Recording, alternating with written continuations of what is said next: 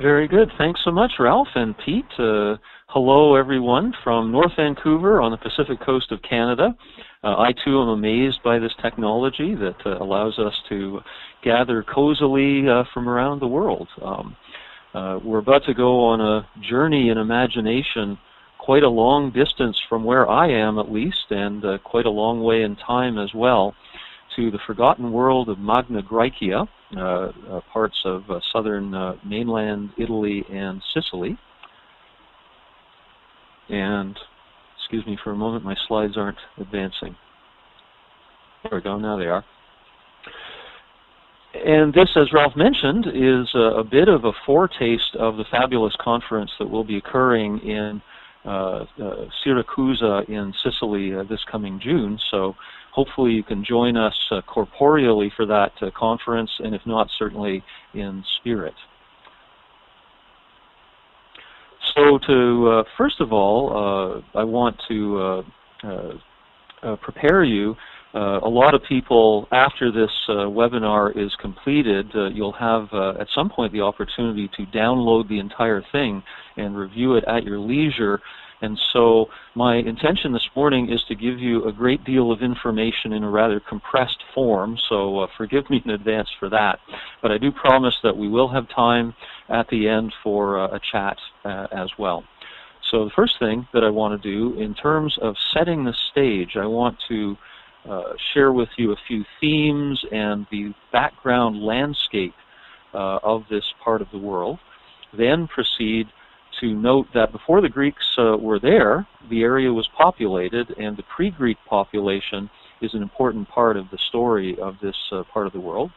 Talk briefly about the process of the arrival of the Greeks, the colonization, and then I prepared several cameos of some of the major cities in Magna Graecia. Hopefully that will help to fill in a little bit of the background and also the esoteric significance of Magna Graecia.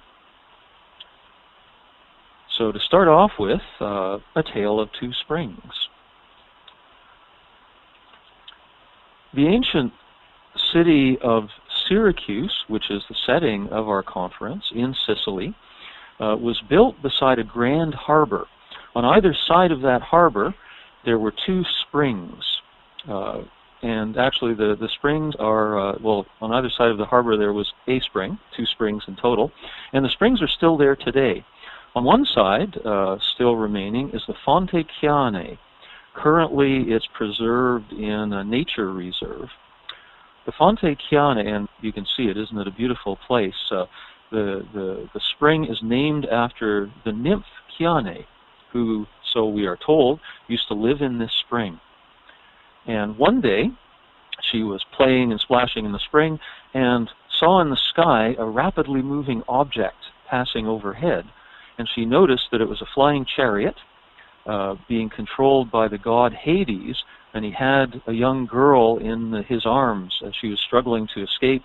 And she immediately, as you probably just did, concluded that the young girl was Persephone, the daughter of the goddess Demeter. Hades had kidnapped her because he wanted to bring her to the underworld and marry her. The nymph Chiane vocally objected, basically saying that's no way to treat a girl. Hades, in his rage, threw his scepter down right into the bottom of the spring, blowing a hole all the way to the underworld. The fountain drained out, and seeing this as a handy opportunity, Hades and Persephone plunged into the underworld. At this very spot, this is where it happened, according to ancient legends, where the Fonte Chiane is today.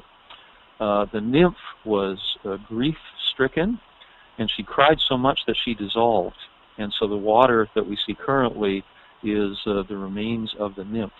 The Fonte Chiane in ancient times was a major cult center of the goddess Persephone. People would go there and bring many offerings for the goddess. The theme this makes me think of is the connection between the world of the living and the underworld. And this sense of close connection with the underworld pervaded the experiences of the ancient residents of Magna Graecia. There's a great intimacy between the worlds of the living and the dead in this part of the world.